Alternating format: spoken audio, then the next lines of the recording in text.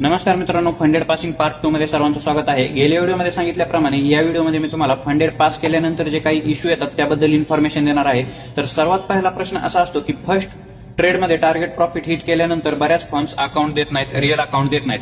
हे पूर्णपणे डिपेंड करतं की तुम्ही कोणत्या फर्मकडे अप्लाय केलंय फंडेड अकाउंटसाठी। काही फर्म्सचा रूलच असा असतो की तुम्हाला मिनिमम 3 डेज तरी प्रॉफिटेबल ट्रेड प्लेस करत राहावं लागेल आणि नंतर टार्गेट प्रॉफिट हिट केल्यानंतर तुम्हाला रिअल अकाउंट भेटेल। त्यामुळे बऱ्याचदा फर्स्ट ट्रेडमध्ये टार्गेट प्रॉफिट हिट झाल्यावर अकाउंट भेटत नाही, रिअल अकाउंट भेटत नाही। बऱ्याच जणांचा प्रश्न असाही असतो की सर्व रूल्स फॉलो करून सुद्धा काही फर्म्स अकाउंट देत नाहीत। तर हे यामुळे होतं की आपल्याला आधी चेक करावं लागतं ती फर्म सेबी रजिस्टर आहे का, ती फर्म फ्रॉड वगैरे तर नाहीये, ती फर्म सेबीच्या पूर्ण रूल्स फॉलो करत आहे का आणि ती एक ट्रस्टेड फर्म आहे का नाही, ह्या गोष्टी चेक केल्यानंतर हे इश्यू कधीच येत नाहीत।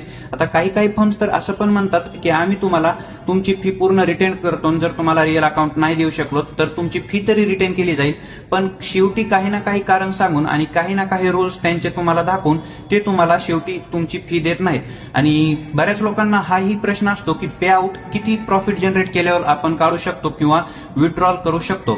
तर याचा फक्त सिंपल रूल असा आहे की तुम्ही 1% प्रॉफिट जर जनरेट केलं तर तुम्ही तुमचा पे आउट करू शकता, तुम्ही विथड्रॉल करू शकता आणि त्यातील काही पर्सेंटेज कंपनीला जातं आणि राहिलेलं पर्सेंटेज तुम्हाला भेटतं। तर हे काही रूल्स होते आणि हे काही इश्यूज होते, त्याबद्दल मी तुम्हाला इन्फॉर्मेशन दिली। थँक्यू।